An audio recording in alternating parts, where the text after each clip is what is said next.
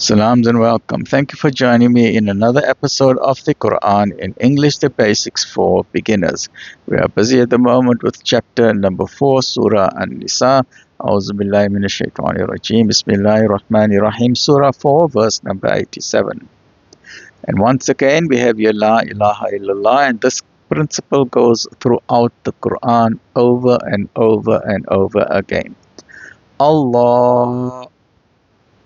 There is no God but He, La ilaha illallah. Of a surety, He will gather you together against the day of judgment, about which there is no doubt, and whose word can be truer than Allah's. Let's look briefly at this very, very powerful principle, because this is one also of the corner principles of life. As we mentioned before, let's just revise before we go to the day of judgment. As what I mentioned in a previous episode, is that a human being has got a dual personality, right? We've got a human being over here.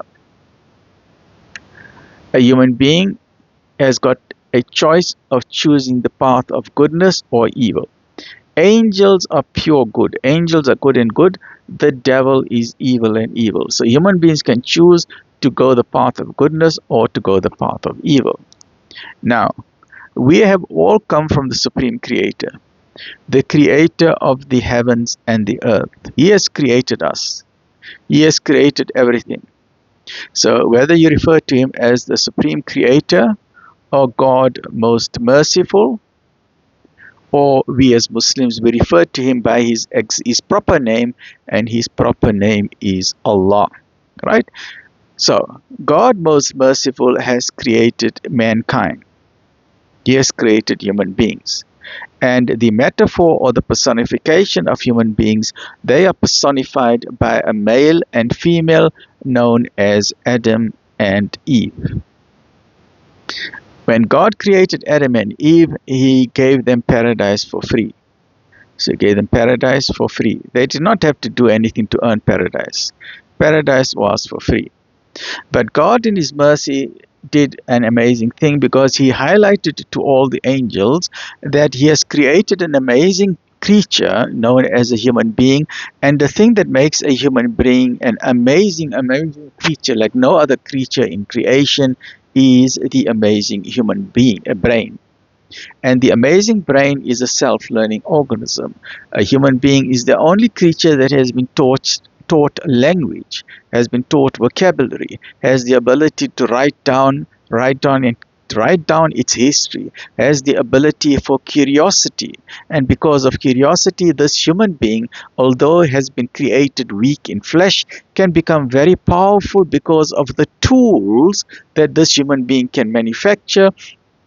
With these tools, this human being, whether male or female, can manufacture hammers and nails and pliers and motor cars and airplanes and speedboats and various and military equipment, and even our bicycles and our internet technology and our cell phones and our laptops and so on and so on and so on, right? Because of the amazing human brain, including the X-ray machines, MRI scanners, amazing surgical instruments, and microscopic things as well.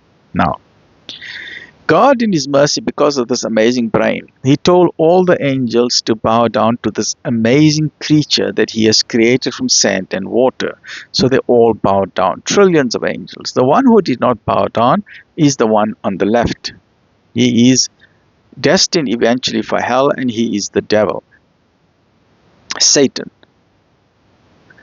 He's got three qualities that we avoid, which is arrogance, comparison, and envy. When God told him to bow down, he said, why must I do that? He said, he's got a feature of comparison. He said, I am made out of fire. Adam and Eve are made out of sand and water. Fire is more powerful than sand and water, so why must I bow down to them? And then envy. He is very jealous that why did trillions of angels bow down to mankind? They should have bowed down to Him, because He is a person of knowledge, and without doubt He had a lot of knowledge. But because he refused the command of the Creator and because he is filled with arrogance, comparison, and envy, he is destined for hell. That is his final abode. And he asked God to give him time. He said, okay, give me time. I know I'm destined for hell. Give me time until the day of judgment, and then let's see what happens. And God said, okay, I will give you time till the day of judgment. So he then influenced Adam and Eve to go out of paradise because they also broke the command of God. It was a very simple test. Don't go near the tree. They went near the tree under the influence of the devil. So they got out of paradise, and God then sent them to the planet Earth. So all of us human beings have come to the planet Earth. Why? We have come to the planet Earth because now we've got an exam. You see, first God gave us paradise for free on a silver platter, but we did not appreciate it. We took it for granted. We did not really understand what is the meaning of suffering. What is the meaning of grief? What is the meaning of loss? We did not understand it because in paradise everything was perfect. So we were ignorant of the opposite of goodness. So now we've got to have a taste of suffering. We've got to have a taste of loss of life, loss of health. You're going to go through diabetes and cardiac problems and diabetes and dementia and Alzheimer's, and you're going to sleep at home at night in fear because criminals can come into your house or into your business, and there's warfare in the country, and there's crime and corruption in government, and there's drug dealers, and there's gambling addicts and alcohol addicts and motor car accidents and all sort of problems in the world. There's HIV, AIDS, and cancer and domestic violence and all sorts of problems. So people go through various trials and tribulations. People that you love will betray you. People leave you in the dust. They will use you as much as they want you. Then they will drop you like a stone in an ocean. So you will learn about yourself in this process. But now paradise is no longer free. You now have to earn your way back to God. Remember, in paradise we got it for free. We didn't have to pray any namaz. We didn't have to follow the 5 pillars. There was no need for namaz, no need for fasting, no need for hajj, no need for zakat, no need to look after the poor or the widows or the orphans. Nothing.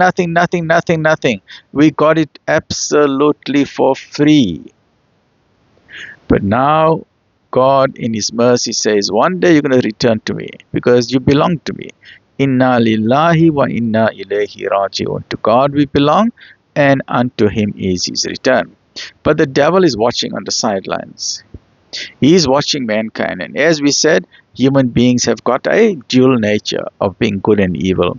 So human beings are going to choose. They're going to be faced with a choice. Am I going to follow the way of goodness and return safely to my Creator back to paradise? Because paradise is goodness. So am I going to hold up the banner of goodness and follow the way of the pure good angels and end up with God, who is pure goodness, in paradise? Or am I going to be deceived by the devil because in the first place the devil got my parents out of paradise? Will I again fall for his wicked tricks and I'm going to follow his way? And his way is not necessarily always evil. It can also be a distraction. Entertainment, sports, to try and forget who is God, to forget the day of judgment, and to have a wrong understanding of God. Because once you have a wrong understanding of God, the devil has got you into his fangs, and you will end up in hell. And sadly, there are many good people in the world, very good people, very kind people, very intelligent people. They are so humble, they are so good, but they don't believe in God. So the devil has got them into his grip. If you don't believe in God, the devil is won. If you think that God has got a son, the devil is won. You're going to join him in hell. If you think the tree is God, the devil has won. You're going to join him in hell. If you think that a cow is God, or the moon is God, or the sun is God, or the planet Venus is the goddess, or there's a god in the ocean known as Atlantis, or so many other types of Greek mythological gods or goddesses, if you believe in any of these other fanciful things, the devil has won, because he has got into your brain and he has deceived you about the true concept of God, and you're going to join him in hell. It's very simple. You must have a pure understanding of God, which is La ilaha illallah. There is no God but Allah. There is only one God in the universe. There is only one supreme creator. There aren't different gods. There isn't a different God for the Christian and a different God for the Muslims and a different God for the Buddhists and a different God for the atheists. So God in His mercy said, after you have gone through the trials and tribulations on earth and you're going to be faced with various types of decisions, you're going to stand in front of me. So it is an absolute guarantee that every single human being from the first to the last, irrespective of race or religion or nationality or gender, you can be Christian, Muslim, Buddhist, Scientologist, New Age religion, traditional healer. You can be a monotheist, a pantheist, a polytheist, an agnostic, an atheist. Even if you don't believe in God, it's an absolute guarantee that if you have come out of a womb of your mother, you're going to stand in front of God. This is a guarantee. It doesn't matter whether you believe in God or not, you're going to stand in front of Him because God created you, you belong to Him.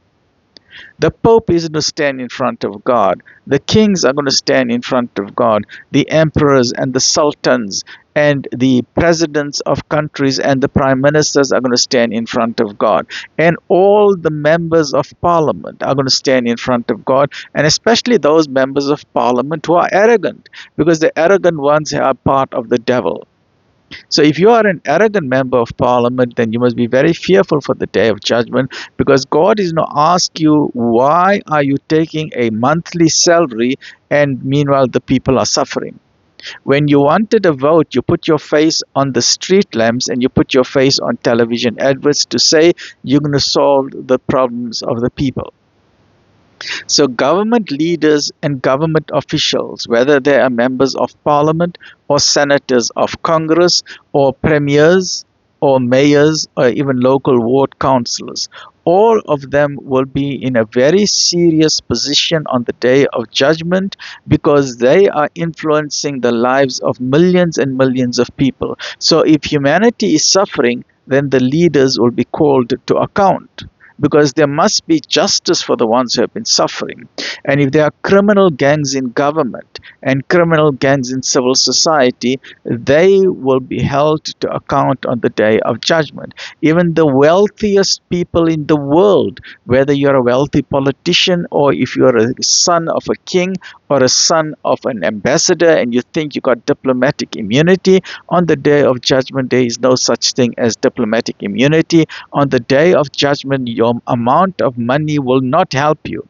You will not be able to buy celebrity lawyers to try and pay off God or to try and bribe God. God is not interested in bribery. God does not want your money.